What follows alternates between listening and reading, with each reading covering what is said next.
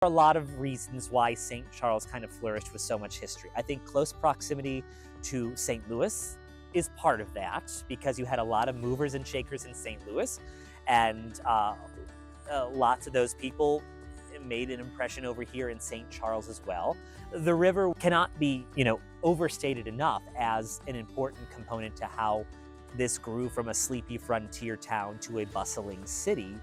Because look at many of the major cities in the country, whether you look at San Antonio or whether you look at Chicago or even New York, St. Louis, obviously. I mean, these are cities that grew up along the river because before airplanes and before automobiles and even before trains, that was the main thoroughfare. I mean, you're going to take a covered wagon somewhere, it's going to take you a lot longer to get there than taking the river. So I think having close proximity to that, being close to the confluence of not only the Missouri, but the Mississippi as well, gave you two of the main waterways of the nation that came together that provided easy access here.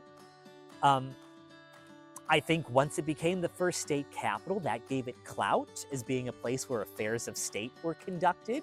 So that drew, just in that 5 years of being the first state capital, that drew a lot of people here, and then they stayed, and then that just kind of compounded from there. I think you have the Lewis and Clark connection, the fact that, you have these two celebrities on this incredible mission, and that started here. You have St. Rose Philippine Duchesne, who starts the first free school west of the Mississippi, here in St. Charles. I think it was just a lot of happy accidents, geography, and history in the people. It just kind of were a perfect cocktail of, this is a pretty cool place that people like to discover back then, and we're hoping that people still discover now.